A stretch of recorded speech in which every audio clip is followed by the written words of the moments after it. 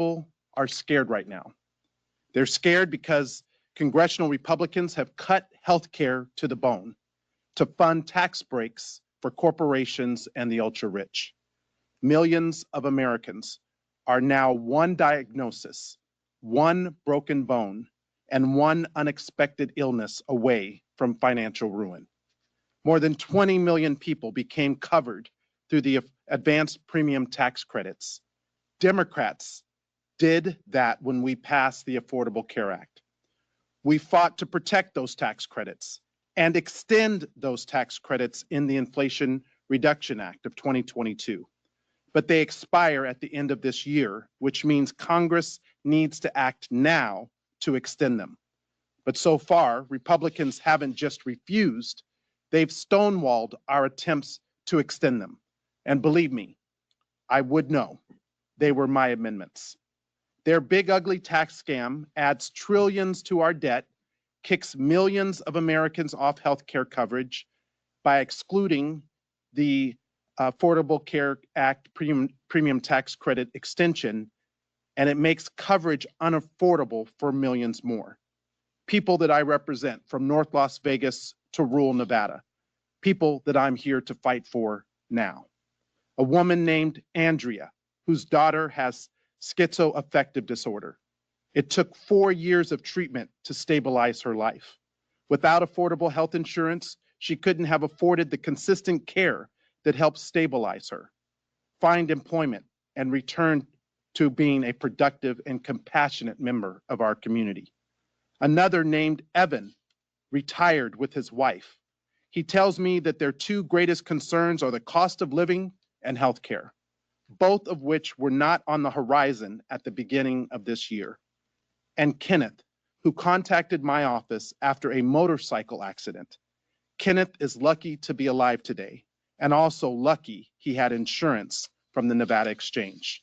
Without his coverage, he could not have come close to covering his medical bills. Some things should rise above partisan politics, and healthcare must be one of them. Republicans need to join House Democrats now in protecting the health and well-being of our constituents. The time to act is right now. I look forward to working with Chairman Aguilar, Vice Chair Lieu, and all of our leadership to make sure healthcare remains at the top of our priority of what we're fighting for on behalf of the American people. I yield back. Under the policies of Donald Trump and House Republicans, prices have gone up, up, and up. The latest inflation report shows that core CPI rose by the highest it's been since the last 6 months. Energy prices have gone up. Electricity is skyrocketing in a number of areas, more than doubling the pace of inflation in some of these areas. We know food prices have gone up. For example, 1 pound of beef has gone up 12.8% in the last 6 months. 1 pound of chicken breast has gone up nearly 6% in the last 6 months. And if you want to finance a new car with a car loan, it's gone up about $400 in the last 6 or 7 months. And what is Donald Trump and House Republicans doing about it? Nothing.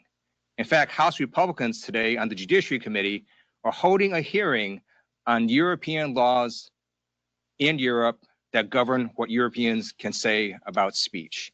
That's what they're talking about, instead of addressing inflation or the Epstein files. And then Trump's tariffs are going to make these costs even worse.